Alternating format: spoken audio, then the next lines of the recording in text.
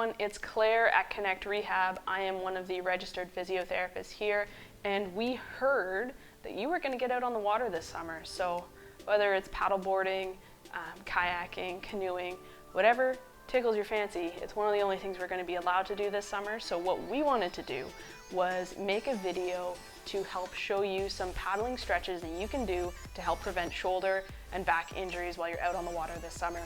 It happens regularly. We see people that have been enjoying it so much that they're spending hours and hours out there after they haven't, or maybe they decide to do a 100-kilometer canoe portage, which I have heard before, and then they come back with shoulder pain. So what we're gonna do today is focus on 4 simple stretches that you can use to keep yourselves out of our offices.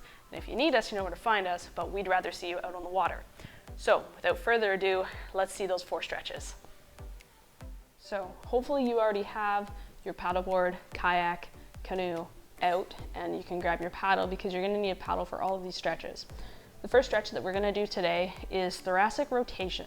So where that is really, really important is as you're reaching to put your paddle in the water and pulling through. So that is a lot of rotation through the trunk. If you're missing that, then you're gonna rely on your shoulder to get it, or you're gonna rely on your lower back, and that tends to cause problems over time. So what you're gonna do, start with your paddle. Bring your hands super, super wide, palms facing away. You're gonna come up on your knees, and what you're gonna do is you're gonna reach across your body. So I'm gonna reach with my left hand, I'm gonna reach all the way over to the right side, and then I'm just gonna sink back onto my heels and hang out in this stretch. So I'm getting quite a bit of rotation through my trunk, and I feel that right in between my shoulder blades.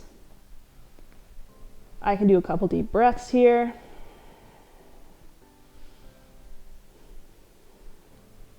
And then I can come out of it and switch to the other side. You are gonna have one side that feels way better than the other. I can tell you that for certain. So again, coming up onto the knees, reaching over, and then sinking back. So for me, this side feels much less nice than the other side. So this is where I need to spend a little bit more time, which makes sense because I consistently hurt my left shoulder when I paddle. So spend some time on that. I'd say 2 minutes a side total, get that T-spine rolling, and then we will move on to our next stretch. All right, our next stretch is for internal rotation of the shoulder, and so that is that motion. And so you can imagine where that becomes pretty important. As you're pulling through, you need to be able to internally rotate that shoulder. So it becomes a very important range of motion. When you don't have it, the shoulder tends to hurt. You also tend to show up with a little bit of back stuff and sometimes into the elbow. So in order to prevent that, we're gonna work on improving that range of motion. So again, you're gonna need your paddle for this exercise. You're gonna lie on your back, elbow out at your side. It's gonna be a little bit difficult to see. So I'm gonna keep my paddle in my hand just because the weight of this is gonna help.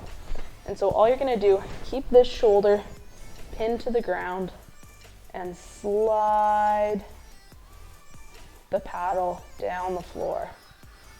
So sliding it up and down, working on getting your palm as close to the floor as you can without lifting that shoulder up.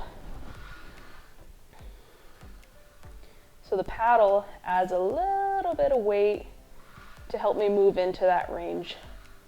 You don't have to hold it for a particularly long time.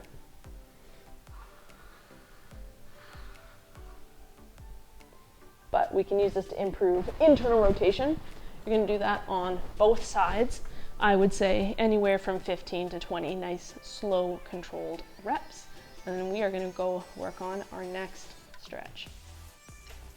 All right, we've got our last 2 stretches that we're gonna do. Both of them involve your paddle again.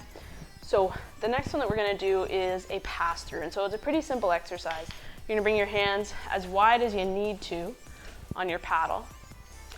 And all you're gonna do, slowly, elbows straight, so palms are facing you, bring the paddle up and over. So we're gaining some rotation through the shoulders as you move up and over. And as this starts to feel easier, you can bring the hands in a little bit more.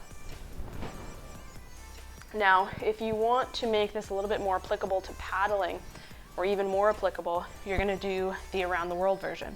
So that is basically keeping both elbows straight still, bringing one hand up and over, and chasing behind with the other. And you can do it the other way as well.